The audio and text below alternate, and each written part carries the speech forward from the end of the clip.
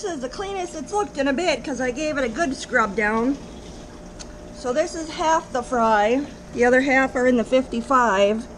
And I've gone through this before, but I'm going to go through it one more time in detail because I still have people asking how you clean a fry tank. So, if I don't sit on my hose. So, what I do is I take an extra long air hose and I stick it down, I pull out the sponge and I stick it down inside there, and that's what I use for my siphon. And it'll take quite a while to drain.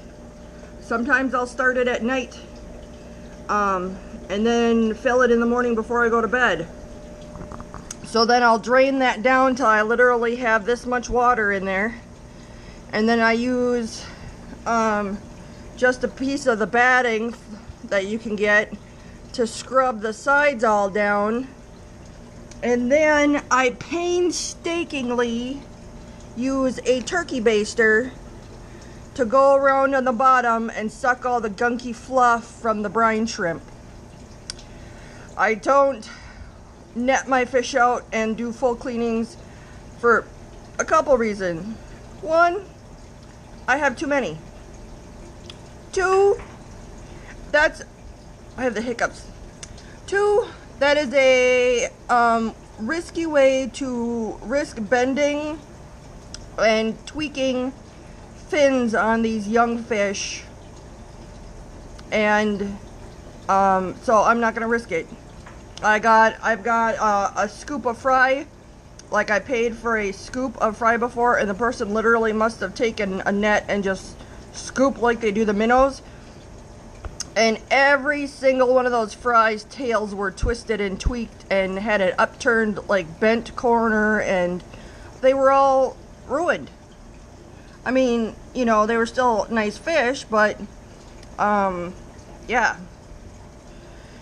So I tried to move my fish as little as possible. So these guys are going to be in here for probably another 2 weeks, and then I'm going to be shipping out a lot of my fish and free up some room, and then I will probably gently scoop them out and split them up in 2 of the 110s and then I also don't turn my water flow. Now they're a little bit bigger, so they can handle and swim away a little bit more, so I turn it on about halfway, get my temp halfway. But when I first start, like last week, like, I will hold a bowl to break up the water even more, so it's not such a big flow. Because you can kill them.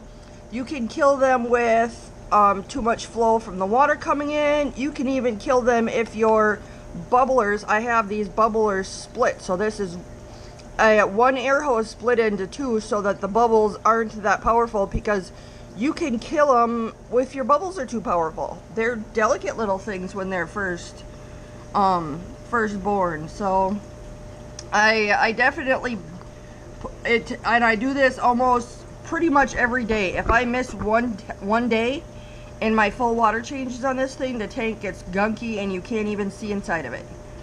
So I do a pretty much full 100% water change every day on my fry tanks. So that's 2 tanks. Now I've got to go do the 55, which